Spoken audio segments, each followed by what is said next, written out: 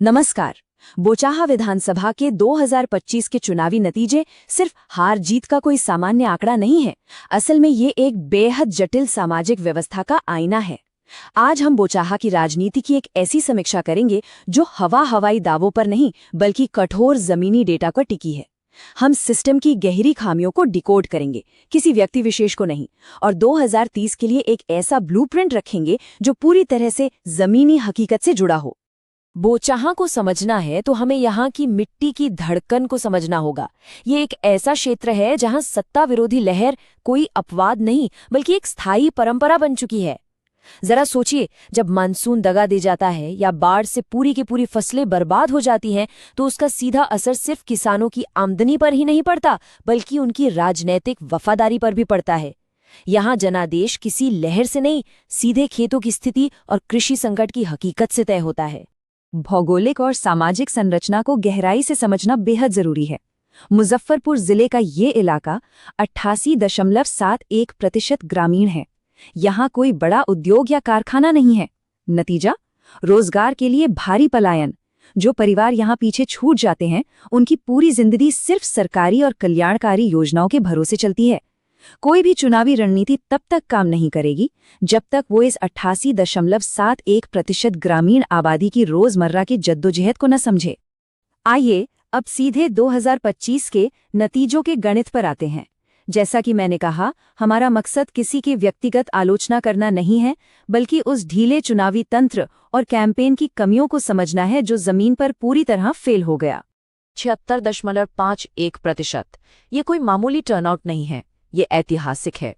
और ये इस बात का स्पष्ट और गणितीय सबूत है कि बिहार में अब वो पुराने सुस्त चुनाव प्रचार का दौर हमेशा के लिए खत्म हो चुका है। एनडीए ने जिस आक्रामक और मशीन जैसी सटीकता के साथ अपने एक एक वोटर को घर से निकालकर पोलिंग बूथ तक पहुंचाया, उसने विपक्ष के पारंपरिक तंत्र को पूरी तरह से पछाड़ दिया। गणित बहुत साफ है। राजद का 13.50% पारंपरिक मुस्लिम बेस एक अच्छी शुरुआत जरूर देता है, लेकिन जीत के लिए ये बिल्कुल नाकाफी है। असली किंग मेकर ये 12.10% सेहानी वोट बैंक है। ये वर्ग बहुत तेजी से स्विंग करता है और इस बार उन्होंने एक मुश्त होकर गठबंधन के खिलाफ वोट किया। इस निर्णायक वोट बैंक को नजरअंदाज करके कोई भी चुनावी समीकरण सफल नहीं हो सकता। लेकिन इन राजनीतिक और चुनावी आंकड़ों के पीछे एक बहुत बड़ी मानवीय कीमत भी है, एक ऐसा सामाजिक दर्द जो अक्सर चुनावी शोर में दब जाता है। यहीं पर बात आती है संवैधानिक गरिमा की। एक जनप्रतिनिधि का सबसे बड़ा दायित्व क्या होता है? समाज के हर तबके को जागरूक संवाद का, एक जवाबदेह व्यवस्था का और बिना किसी रुकावट के कल्याणकारी योजनाओं का लाभ पाने का पूरा अधिकार है। ये कोई राजनीतिक नारा नहीं बल्कि नागरिकों का अटल अधिकार है जिससे समझौता नहीं किया जा सकता। एक सच्चा नेतृत्व वही है जो जनहित को सर्वोपरि रखकर हर नागरिक की इस गरिमा की पूरी ताकत से रक्षा करे। जमीन पर एक बहुत ही क्रूर विरोधाभास मौजूद है। एक तरफ उम्मीदवार की 15 करोड़ रुपए की भारी भरकम घोषित संपत्ति है और दूसरी तरफ एक ऐसा अत्यंत पिछड़ा ग्रामीण समाज जो भीषण कृषि संकट में अपनी रोजी रोटी और अस्तित्व के लिए मोहताज है। जब एक आम वोटर रोज अपने आजीविका के लिए लड़ रहा हो तो नेतृत्व की यह अकूत दौलत उसे जोड़ती नहीं है बल्कि एक बहुत गहरी सामाजिक और मनोवैज्ञानिक खाई पैदा कर देती है।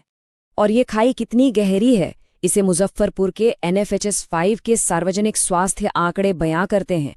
ये सिर्फ डेटा नहीं है, ये एक खामोश आपातकाल है। 65% बच्चों में खून की कमी, 43% बच्चे कुपोषण का शिकार और 62% गर्भवती महिलाएं एनीमिक।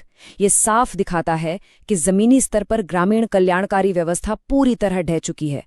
ये एक ऐसी भयानक मानवीय त्रासदी थी जिसे सत्ताधारी दल के खिलाफ एक अचूक मुद्दा बनाया जा सकता था, लेकिन रणनीतिकार इसमें पूरी तरह विफल रहे।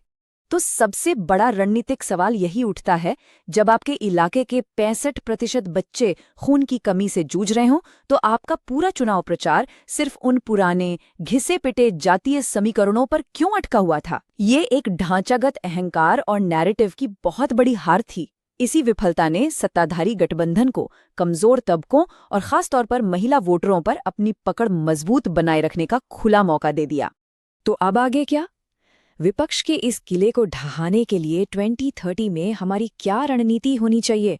आइए उस ब्लूप्रिंट पर बात करते हैं। 2030 के लिए एक ठोस चतुर्मुख रणनीति या 4 फेज का मास्टर प्लान चाहिए। पहला कदम, जनसांख्यिकी पुनर्रचना।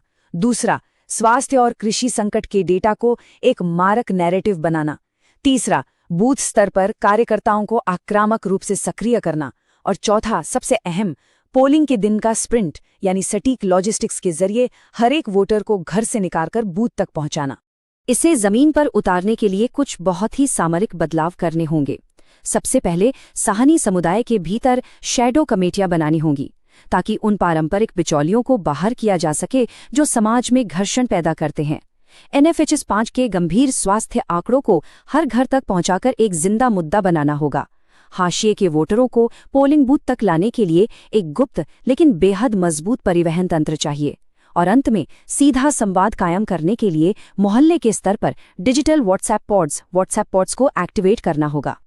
चुनाव जीतने के इस पूरे विज्ञान और तंत्र के बीच हमें एक बात कभी नहीं भूलनी चाहिए कि राजनीति का एक उद्देश्य होता है, एक ऐसा उद्देश्य जो सिर्फ सत्ता हासिल करने से कहीं ऊपर है। जब हम डेमोग्राफिक इंजीनियरिंग और वोटर डेटा की बात करते हैं तो एक जिम्मेदार रणनीतिकार के तौर पर यह हमारा स्पष्ट कर्तव्य है कि हम भारत के डिजिटल पर्सनल डेटा प्रोटेक्शन यानी DPDP फ्रेमवर्क के सख्त दायरे में रहकर काम करें। आधुनिक राजनीतिक रणनीति बनाना बहुत जरूरी है, लेकिन नागरिकों के डेटा की निजता, उनकी स्पष्ट सहमति और डेटा का केवल सीमित और सही उद्देश्य के लिए उपयोग, ये सर्वोपरि है। चुनाव जीतने के लिए हमें भरोसे की राजनीति करनी होगी। यदि आप एक जन केंद्रित नेता बनना चाहते हैं और अपने निर्वाचन क्षेत्र का उत्थान करना चाहते हैं, तो blueprintstrategies.ai से mgr@blueprintstrategies.ai पर संपर्क करें या 08042041602 पर कॉल करें। Purpose beyond politics.